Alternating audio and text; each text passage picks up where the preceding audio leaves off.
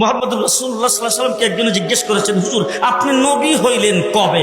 রাসূল বলেছেন, কুনতু নাবিয়্যান ওয়াল আদামু বাইনাল মা'i ওয়াত তিন। আমি তখনও নবী ছিলাম যখন আদম আলাইহিস সালাম পানি আর মাটিতে মিশ্রিত অবস্থায় ছিলেন। জিবরাইল আমিন এসে একদিন রাসূলকে জিজ্ঞেস করতেছেন, হুজুর আপনার বয়স কত? রাসূলুল্লাহ সাল্লাল্লাহু আলাইহি ওয়াসাল্লাম জিবরাইলকে জিজ্ঞেস করতেছে, জিবরাইল আমার বয়স পরে বলবো, আগে বলো তোমার বয়স কত? আগে বলো তোমার বয়স কত? জিবরাইল আমিন হুজুর আমার ডেট অফ বার্থ জানা নাই। বুঝেন নাই? ডেট অফ বার্থ আমার জানা নাই, তবে একটা ঘটনা যদি আপনার কাছে বলি, এটা দিয়ে হিসাব করে আপনি আমার বয়স কত এটা বের করতে পারবেন।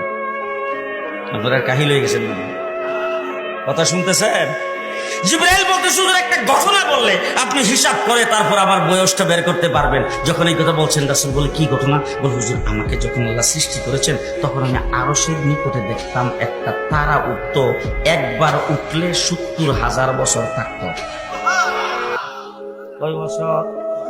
৭০,০০০ বছর। এরপরে যখন অস্ত যাইতো ৭০,০০০ বছর পর্যন্ত চলে যেত, আবার যখন উঠতো ৭০,০০০ বছর থাকতো। একবার উঠলে ৭০,০০০, অস্ত গেলে ৭০,০০০।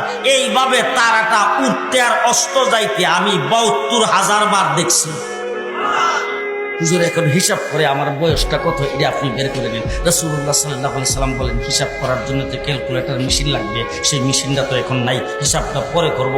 আগে বলো দেখি তারাটার নাম কি, কোথা থেকে আসতো, এটার পরিচয় কি? জিবরাইল আমিন বলেন, হুজুর এই সম্পর্কে আমি কিছুই জানি না। আল্লাহর নবী বলেন, আমার কাছ থেকে জেনে নাও, যে তারাটারে তুমি উঠতে দেখতা, অস্ত যাইতে দেখতা, সেই তারাটাই ছিলাম আমি। এখন তুমি হিসাব করে বের করো আমার বয়স কত। রাসূল বলছেন, আব্বালু মা খালাকাল্লাহু নূরি। আর এক রাওয়ায়াতে বলছেন, আব্বালু মা খালাকাল্লাহু রূহি। আল্লাহ পাক সর্বপ্রথম আমার নূরকে তৈরি করেছেন।